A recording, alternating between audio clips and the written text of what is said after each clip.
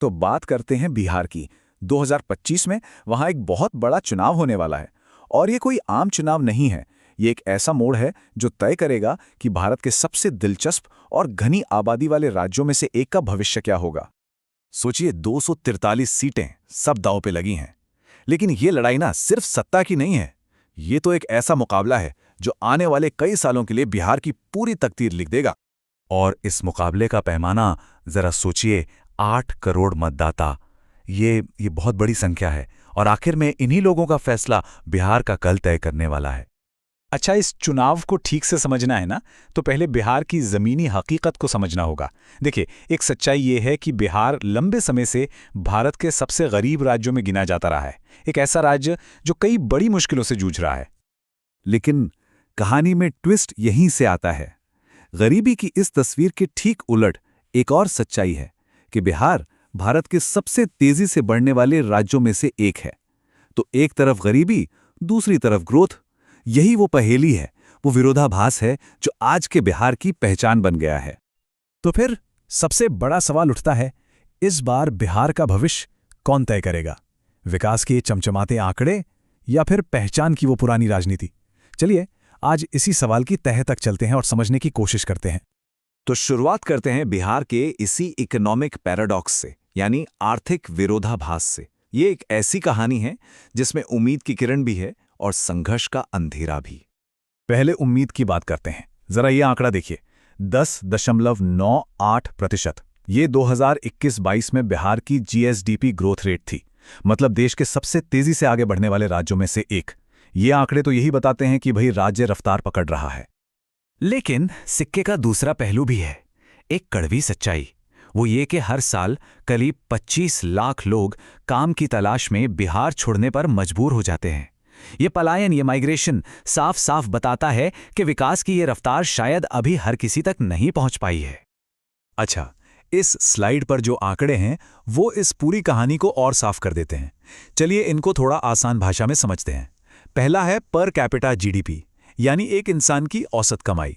बिहार में ये करीब 60,000 रुपए है और देश का औसत वो है लगभग 1,70,000। फर्क देख रहे हैं? मतलब बिहार का एक औसत नागरिक देश के औसत नागरिक से 1/3 से भी कम कमा रहा है। अब दूसरा आंकड़ा, मल्टी डायमेंशनल पॉवर्टी, यानी बहुआयामी गरीबी। नीति आयोग के हिसाब से बिहार की 26% से ज्यादा आबादी गरीब है, जबकि पूरे देश का औसत सिर्फ 11% के आसपास है। तो निचोड़ क्या है? निचोड़ ये है कि कागज पर तो अर्थव्यवस्था दौड़ रही है, लेकिन आम आदमी की जिंदगी में वो खुशहाली लाना, वो अभी भी एक बहुत बड़ी चुनौती है। हाँ, लेकिन यहाँ एक बात और जोड़नी जरूरी है। इन सब चुनौतियों के बावजूद ऐसा नहीं है कि कुछ हुआ ही नहीं। बिहार ने गरीबी कम करने में काफी अच्छा काम किया है। लंदन स्कूल ऑफ इकोनॉमिक्स की एक स्टडी बताती है कि 2004 से 2012 के बीच गरीबी में 20% की जबरदस्त गिरावट आई थी। तो मतलब ये है कि लंबे समय में देखें तो विकास का असर जमीन पर दिखा तो है। चलिए, अब अर्थव्यवस्था से हटकर उस दूसरे बड़े फैक्टर पर आते हैं जो बिहार की राजनीति की, आप कह सकते हैं, धुरी रहा है, और वो है जाति। ये एक ऐसी हकीकत है जिसने दशकों से चुनाव दर चुनाव नतीजों को तय किया है। ये चार्ट बिहार के वोटरों का पूरा सामाजिक समीकरण सामने रख देता है। देखिए, ईबीसी यानी अत्यंत पिछड़ा वर्ग लगभग 36% के साथ सबसे बड़ा ग्रुप है। फिर आता है यादव मुस्लिम गठबंधन, जिनका वोट शेयर करीब 30% है। लेकिन सबसे दिलचस्प आंकड़ा है ये 15% का।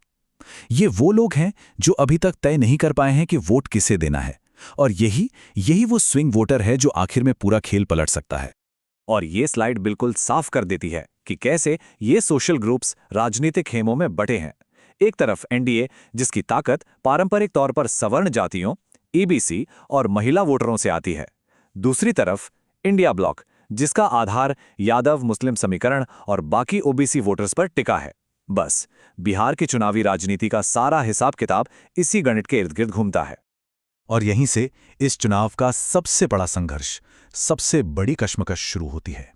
वोटर के मन की दुविधा कि वो अपनी आर्थिक जरूरतों, अपने भविष्य के बारे में सोचे या फिर अपनी पारंपरिक सामाजिक पहचान के साथ खड़ा रहे।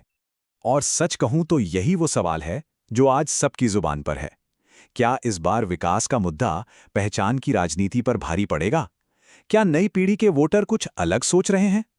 ये आंकड़े, ये पॉलिटिकल साइंस जर्नल के हैं और ये बिहार में आ रहे एक बड़े बदलाव की तरफ इशारा कर रहे हैं।